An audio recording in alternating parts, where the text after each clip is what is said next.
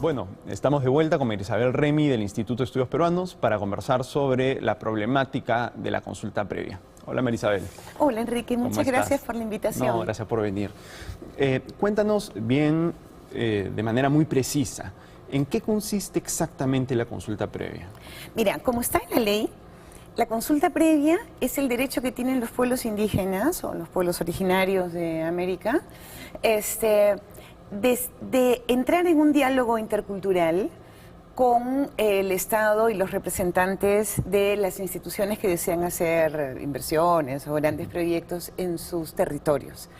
¿Qué quiere decir esto?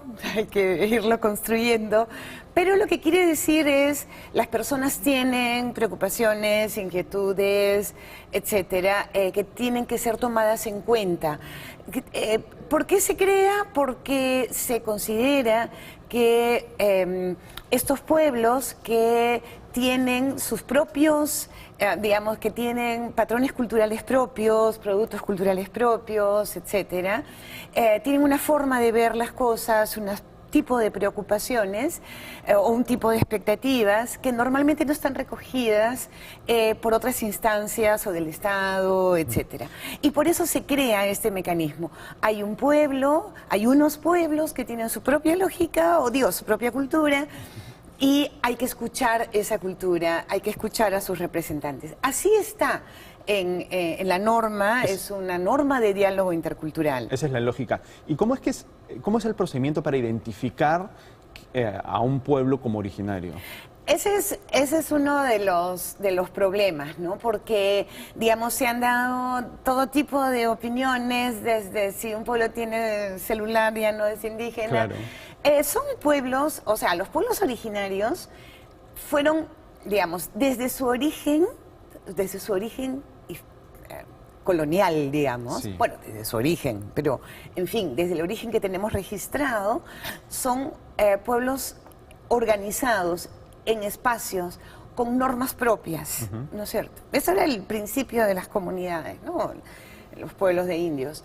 Entonces, desde el siglo XVI hasta nuestros días, tú puedes rastrear en muchas comunidades, me refiero sobre todo a la sierra y a parte de la costa, puedes rastrear este origen originario de pueblos indígenas, digamos, reducidos en pueblos, en fin, es una historia un poco más larga, pero en fin, con sus padrones, sus autoridades, sus elecciones, etcétera. Uno de los problemas que hay en los últimos años es que antes el Ministerio de Agricultura supervisaba las elecciones comunales y los padrones comunales. Ahora no estoy segura de si lo está haciendo, porque antes había una dirección de comunidades campesinas donde había... Ahora me parece que como, digamos, simplemente se maneja a nivel de registros públicos, la directiva anterior... inscribe la nueva y punto, ¿no? Como una ONG o como... Claro. Pero antes sí había una supervisión que me parece que ha dejado de haber, podría equivocarme, pero me parece que ya no hay. Entonces, podrían haber problemas de qué tantos asociados hay, qué tantos comuneros hay, de dónde salen los nuevos, etcétera, ¿no? No hay ninguna supervisión al respecto. Pero son pueblos que están inscritos, la mayoría inscritos en registro público, entonces no hay dudas. Una es comunidad campesina. Las comunidades campesinas tienen el nombre de campesinas desde Velasco Alvarado, que les cambia la denominación de indígenas a campesinas. Entonces, eran las comunidades indígenas, se empezaron a llamar comunidades campesinas. Luego se han creado otras, donde eran comunidades efectivamente que fueron absorbidas por Hacienda, en fin, hay procesos muy dolorosos, muy difíciles, en que la gente recupera su autonomía y se hacen denominar comunidad campesina. Entonces, eso por un lado, y por la selva también son grupos étnicos organizados, tienen su organización, sus líderes, sus dirigentes, su territorio, bla, y a partir también de legislación del gobierno de Velasco del año 73, tienen un registro que se llama comunidad nativa. Entonces, también hay socios, autores, son O sea, identificables. ¿son identificables o están ya identificadas y registradas? Están identificadas y registradas. Tú podrías agregar algún dato. Ya. En las comunidades nativas me parece que no hay ninguna duda, porque en realidad su registro es relativamente reciente. Ajá. ¿No es cierto? En las comunidades campesinas, como viene del 16, es un poco más difícil. Pero uno podría agregar, por ejemplo, que son comunidades inscritas, que tienen... que hablan prioritariamente una lengua, no sé, una lengua diferente del castellano, o que aprendieron a hablar en una lengua diferente del castellano, lo que ya es un indicador de que no solamente son un grupo humano con unas tierras, sino más con una cultura que se mantiene.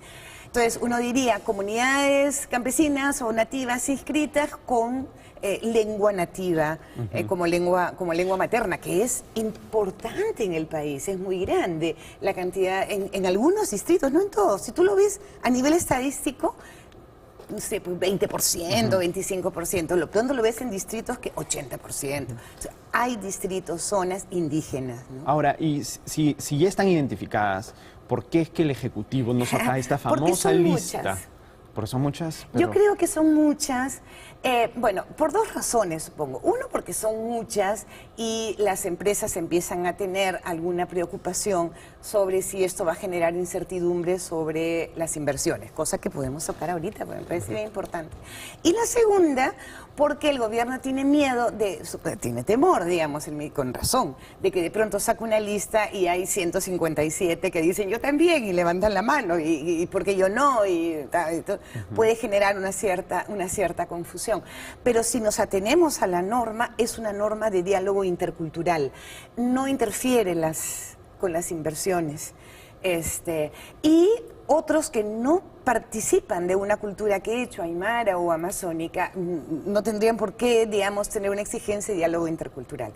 Ahora, esa es la consulta previa normada por ley. El tema más general es si una consulta a pueblos de personas pobres, etcétera, marginados, lejanos y tal, si una consulta a estas poblaciones interfiere con los procesos de inversión. Y eso también me parece interesante que se pueda ver, ¿no? Claro, el presidente dijo, no se preocupen, total, no es vinculante, no sirve, no. O sea, claro, no se trata de eso. No se trata de eso porque lo que terminas haciendo es dando una mala señal tanto al inversionista como a las comunidades, ¿no? Porque los derechos no están claros, o sea, el inversionista no sabe qué va a pasar y la comunidad tampoco, ¿no? Y solo generas incertidumbre. Lo que hay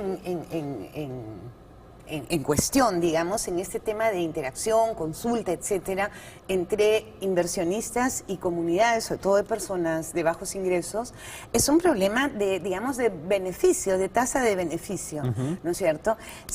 Por ejemplo, muchas veces muchos conflictos tienen que ver con que la gente dice, me pagaron muy poco por mi tierra, ¿no es cierto? Entonces, toman una carretera y alguna acción colectiva pesada y la empresa dice, bueno, podemos reconsiderar, tomen un poquito más. ¿Hasta cuánto podía haberme dado? ¿Hasta cuánto usted estaba dispuesto a pagar por mis tierras para poder operar? O sea, porque si yo no tengo información, y ese es uno de los temas de la consulta previa, que las poblaciones tienen que estar muy informadas, suelen no estarlo, suelen no tener asesores económicos, las empresas tienen grandes asesores económicos, entonces hay como un desbalance, ¿no es cierto? Entonces, si yo no estoy asesorado, yo no tengo idea de cuál es, entonces probablemente me van a pagar menos. Cuando me empiezo a dar cuenta de que esto es mucho más rentable de lo que me podía haber imaginado en mi mundo rural, agrícola, pecuario, de altura, entonces empiezo a exigir más y se generan situaciones de conflicto. Entonces, con una normatividad de consulta, lo que a mí me parece interesante es que las empresas estarían obligadas a, en un momento, porque son procesos, ¿no? En un momento decir, esta es mi mejor oferta. Claro. Esta es mi mejor oferta. Si ustedes me dicen que no, ¿okay? Y de esa me voy manera... y quédense en la pobreza en la que están. Entonces, la gente, las personas ponderarían y se evitaría el último conflicto. Claro. Entonces, el tema es, la empresa tiene tal perspectiva de rentabilidad. Dentro de esa perspectiva de rentabilidad, ¿qué tanto puede entregar como beneficios o compartir como beneficios a las poblaciones del entorno? Y eso es lo que está en juego, me parece. Perfecto. Muchísimas gracias, María Isabel. Muy Encantada, interesante. Enrique. Muchas gracias. Bueno, vamos a una pausa y regresamos. Descubre lo que puedes lograr. Scotiabank, descubre.